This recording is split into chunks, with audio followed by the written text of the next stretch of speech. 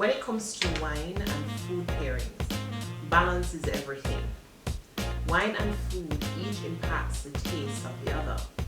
So this week, we'll be discussing the art of wine and food, my favorite. For all our wine lovers, grab a foodie friend and let's gain some tips from this episode and help you work your magic.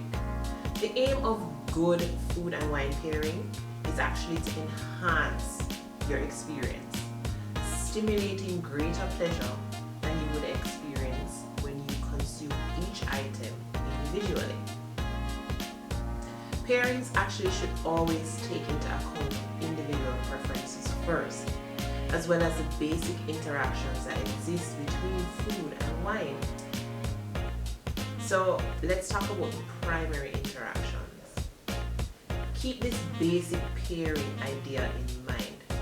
Sweetness and savory components in your food will make your wines taste harder, more astringent and bitter, more acidic, and lessen the sweet, fruity nature of that wine. However, salt and acid components in your food tend to make your wines taste softer, less astringent, less bitter, and enhance that sweetness and that fruity nature of your wine. The truth is, food has more impact on the way your wine tastes than does wine impact food.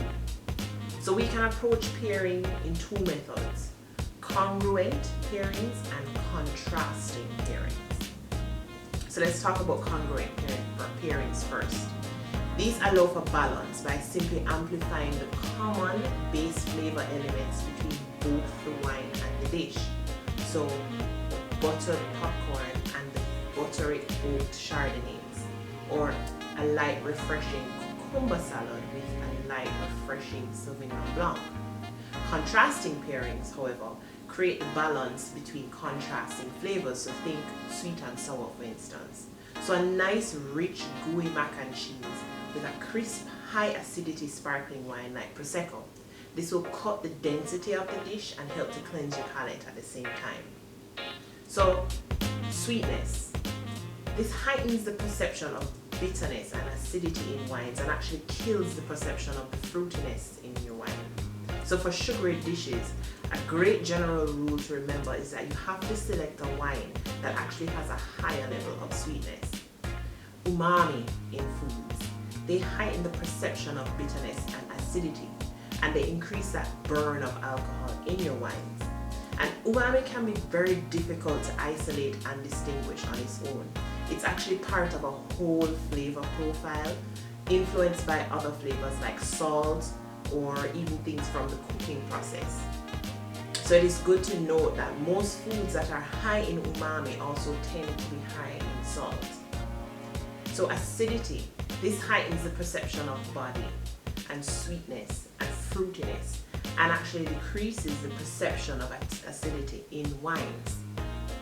Salty foods, they increase the perception of body and decrease the perception of bitterness and acidity in your wines.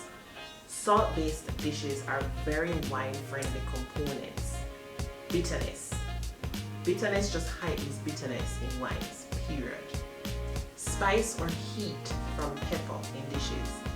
This is a very subjective matter and it varies from person to person. So in food, spice or heat, this is a tactile sensation and it actually increases the bitterness and acidity in your wines.